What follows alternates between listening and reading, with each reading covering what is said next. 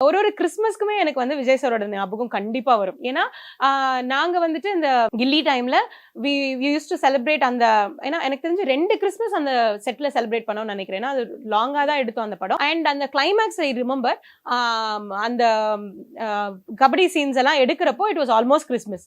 நான் அடம் பிடிக்கிறேன். நான் வீட்டுக்கு போயே தருவேன். ஏன்னா, எனக்கு கிறிஸ்மஸ் ரொம்ப பிடிக்கும். எனக்கு ரிலேட்டிவ்ஸ் எல்லாம் பார்க்கணும். என் கசின்ஸ் எல்லாம் பார்க்கணும். நான் வீட்டுக்கு போணும். கிறிஸ்மஸ் ஒரு நாளைக்காச்சும் மார்னிங் நான் கிளம்பி போயிட்டு 25th அன்னைக்காச்சும் நான் என் வீட்ல இருக்கணும். எனக்கு முந்தின நாள் நைட் சர்ச் போறது ரொம்ப பிடிக்கும். 24th நைட் வந்து சர்ச் போறது ரொம்ப பிடிக்கும். ஸோ அதனால எனக்கு போகணும்னு நான் அடம் பிடிக்கிறேன். அவர் வந்துட்டு என்ன கூப்பிட்டுட்டு நம்ம ஷூட்லாம் வந்துட்டோம்னா ஒன்னும் சொல்ல முடியாதுமா. எனக்கும் தான் வீட்டுக்கு போகணும்னு இருக்கு. எனக்கும் செலிப்ரேட் பண்ணணும்னு இருக்கு. பட் இங்க அதுக்காக ஒரு நாள் ஷூட்டை நிறுத்தி வைக்க முடியாது இல்லையா? அப்படின்ற மாதிரி ஹி அட்வைஸ் மீ. ஸோ அதனால எனக்கு எப்பவுமே கிறிஸ்மஸ்னா எனக்கு வந்து அவருடைய ஞாபகம் வரும். அண்ட் அதுக்கப்புறம் ஒரு few Christmas I use to text him. இந்த மாதிரி மெரி கிறிஸ்மஸ் அப்படிங்கிற மாதிரி. அவருமே வந்துட்டு தேங்க்யூமா மெரி கிறிஸ்மஸ் அப்படிங்கறத அவர் எனக்கு சொல்லியிருக்காரு.